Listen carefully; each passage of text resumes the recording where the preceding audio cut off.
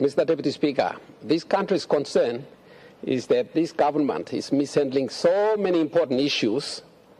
We here in opposition don't know where to begin asking the questions on all those important things. One of them is the grey listing recently of our country. It's done irreparable damage to our international image apart from domestic, which we're getting used to anyway. I want to ask a number of questions concerning that to the Prime Minister. Prime Minister, you had, as the leader of the government, at least a minimum of 2 years of notice on the grounds of a potential grey listing. 2 years notice. And Mr. Speaker, Prime Minister and his government effectively didn't address it properly. So after so many warnings over a period of 2 years, we got grey listed. Number one question, can the Prime Minister now admit to the nation that he has failed the nation in avoiding the grey listing after having more than enough notice? That's number one. Number two, this has now become a matter of public concern. It's affecting every citizen, every corporation, every entity in this country now. It's no longer a private matter for the central bank or the government departments nor the cabinet. We are all impacted by this grey listing. Can the minister now publicly in the newspaper set out every single ground upon which the grey listing happened? Every single ground should be listed. So we all know as a nation what those grounds are. How did we end up there? Now this question, number two, is important to the next question, number three, which is this. Having set out those grounds, can he also in that same public notice set out his action plan? What are going to be the Prime Minister's corrective action to each and every one of those grounds? We need to know, because it's no longer an internal management issue for the government and its bankers, etc. anymore. It's now touching the ordinary Papua New Guineans. So we need to know how he plans to remove us from this grey listing. What are going to be his action plan in respect of each and every one of those grounds? Number three, what is the timetable for each and every one of those actions? By what time is he going to satisfy those international organizations responsible for the grey listing that adequate corrective actions have been taken, enough to eliminate that ground one by one until the last one is eliminated? So what is the timetable for each one of those grounds? Number five, Deputy Speaker, sorry. Can he also, in the same process and in that same notice, outline all the negative impacts on the affairs of this nation by the grey listing?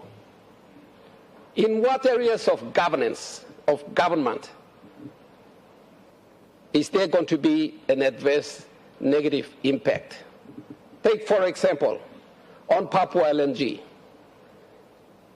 or on Wafi Golpu, or on the state's credit ratings, which is usually prepared by international ratings agencies like Standard & Poor's, Moody's, all those international rating agencies.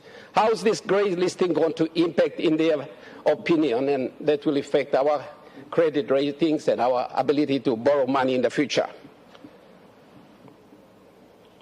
What is going to be the negative impact on the kina, which has been going through a series of devaluation and hasn't finished yet, continuing to spiral downwards?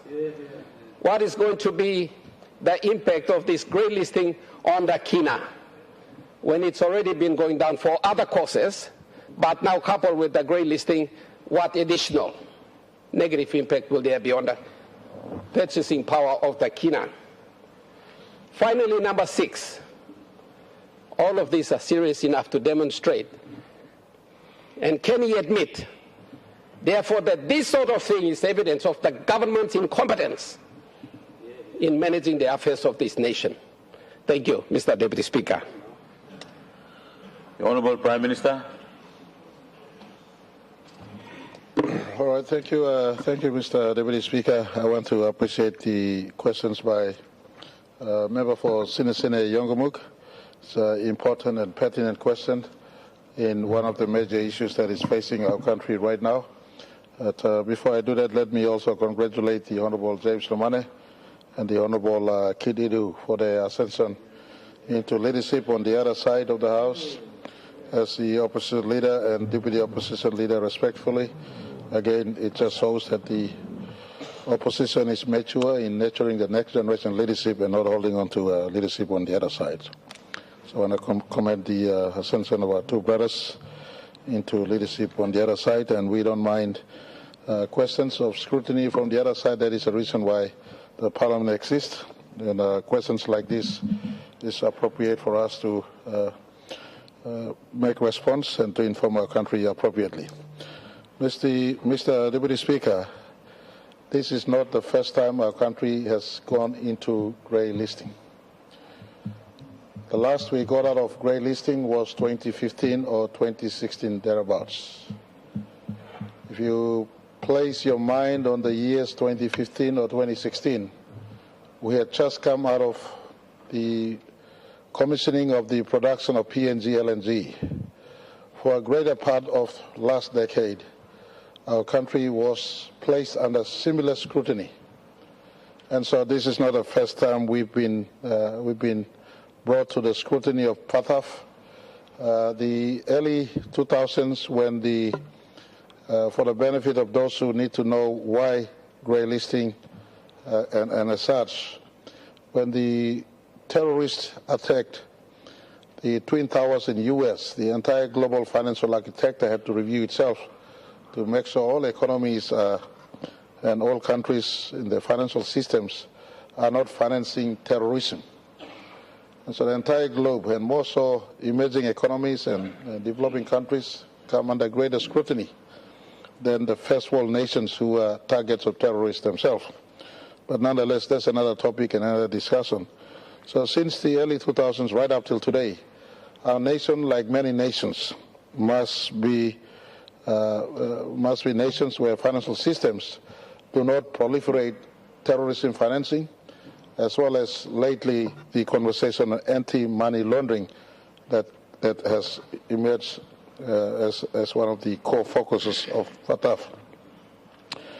Mr. Deputy Speaker, I want to say that in 2018, after we came out of the earlier grey listing in 2015 or 16, PATAF went straight to work, and as early as 2018, recognized the need for us to work on this again.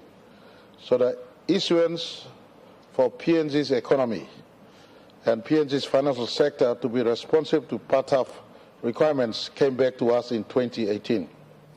And I want to say this placement of us in grey listing in 2026 is consequential on work or no work since 2018.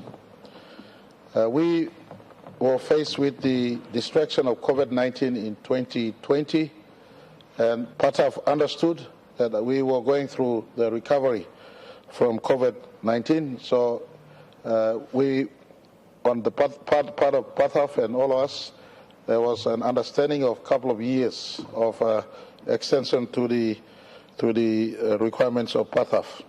But after we took office in 2022, our cabinet tasked DJEC, Department of Justice and Attorney General, to be have oversight over the entire work, to pull together multi-sector, multi-agency to come and have a look at the PATAF work. And so, Mr. Minister, Deputy Speaker, I want to indicate that many agencies were not compliant. Many agencies never showed up, and like everything else, I take the blame for much of the things that is happening, and rightfully so. It happened under my watch, so the people, including the opposition, has every right to blame the head of government. But I did summon all agencies, having realized in 2024 that there were weak response to the work by the agency responsible in calling all agency for meetings. That body of departments includes earlier chairmanship by Justice and Attorney General, Treasury, Finance, Planning, PM and NEC, Central Bank, Police, and a host of all relevant government agencies that were to contribute work. But in a meeting early last year, it was established that work was slowed under the chairmanship of Department of Justice and Attorney General, and I made an executive decision to transfer work, that function to Treasury Department. And so Treasury had a handle on this one, and it seems as if it's bad, but I want to inform our country, from over 70 outstanding issues. Over 70 outstanding issues was reduced down to around 15 matters that were found to be outstanding that put us into a grey list. It wasn't PNG alone. We were partnered with Kuwait, and in this time around in the assessment in I think Mexico, Papua New Guinea and Kuwait were placed into the grey list. Grey list is a basket of, it's saying that you have some outstanding issues, you work, you come out of it, you don't work, and there's a possibility of us moving into the blacklist. And so I want to give assurance to our country, those 15 or so issues that are outstanding are achievable. Big amongst them requires all agencies of state to be at work. And I have issued written and verbal meeting instructions across. For instance, to police. My instruction to police, you don't need to wait for something to happen. You could pick up payment disbursements in finance right away. Go through the list and prosecute money launderers. A big issue that is facing our country right now is the issue on money laundering. I have to be honest up front. They've indicated as on the two twin concerns on PATAF. One is financing terrorism, and second is money laundering. They also established view that we're not doing enough to fight money laundering, and this has been inherent over many, many years. This was an issue of concern as we got out of grey list in 2015, and it remains an issue. And for me, I welcome this assessment. Also, you're not smelling wrongly yet. If not Lamantok, this is something that needs to be fixed. We must fix for economy going forward. So I want to give assurance to the good member of Sine. Issues have now been reduced to under 15. About 7 or 8 main core issues. One of them is the issuance of money laundering, the fact that police is quite slow in prosecuting those grey accounts. Those grey accounts that is labeled as accounts that possibly money laundering accounts in our country. I've given instructions to police, and in that meeting we all held together as a police commissioner. You don't need me to tell you to do your job. That's your constitutional duty. Work with FASU, work with Central Bank, and if there are any grey areas that needs to be looked into, especially suspicious transactions in our banking system, then put a stop and prosecute. I hope the police commissioner and those responsible are listening into this utterance.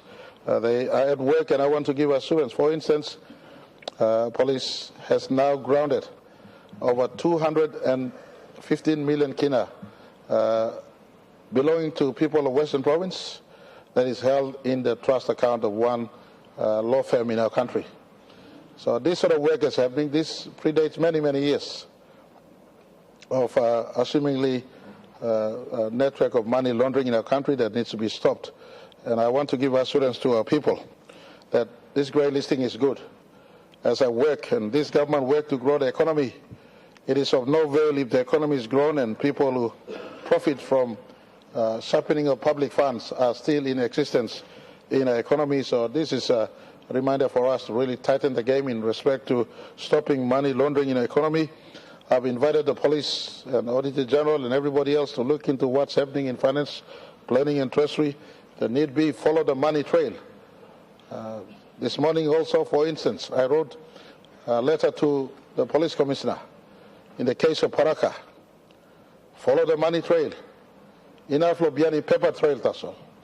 Look at my account. Money, he transferred from account to account, but none of hide. So follow the money trail. I think big need, Mr. Deputy Speaker, through you and through the question. And I will get, he asked me to put publicly the issues that are noted as outstanding. That's a good request. I thought the Treasurer would have done it by now. If it's not happened, then we'll get a paid advertisement on the core issues they feel is outstanding for us to address. But as I said, key amongst them is the issue of money laundering. And instruction has gone to police, central bank, FASU, pursue those suspicious transactions, suspicious accounts, and they predate not just the Marape Rosso Pangu government's time, but right through the better part of the last 2 decades. And police will be at work to follow money trails, and once evidence of prosecution or prosecuting money laundering in our country does take place, then this will form the basis of us being reassessed in a better light. And for me, as I said earlier, Mr. Deputy Speaker, I welcome this because it gives us an opportune time to close in the gaps through money laundering amidst us. And I want to say that is your third question, Mr. Member for Sine. So the timetable, we have about 2 years to fix this, but I've issued instruction to all government agencies.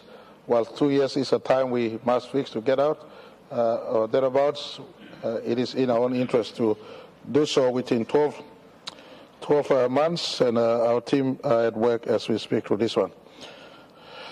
If I could ask, one of his questions was, what are the negative impacts?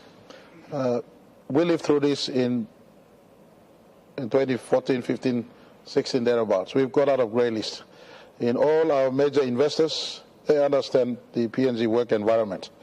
And so it does not affect Papua LNG in a big way, or Wafi Golpu, all our major foreign direct investment projects we have hanging to be processed are all okay. They understand exactly what we are doing. It will certainly cause a little bit of tight grip in your ID when you do bank transactions in our country, but it's about time we all are identified well as we do bank transactions in our country. We are managing the effect of this very closely. We are also managing monitoring the effect of the oil crisis that is happening as a result of war. So all in all, our Treasury and our National Security Advisory Team have been put on notice to look at the grey listing effect as well as the other effect, as not to burden our businessmen and businesswomen and every legitimate transactors of our economy. Mr. Deputy Speaker, I want to ask if the good member could put his questions again in a formal writing to me. I've lost some of the issues that he's raised, but we will make a concerted effort either through the Treasurer or myself later in this sitting of Parliament on the grey listing as a standalone response for the benefit of all of us in this House and for the country. Thank you too much.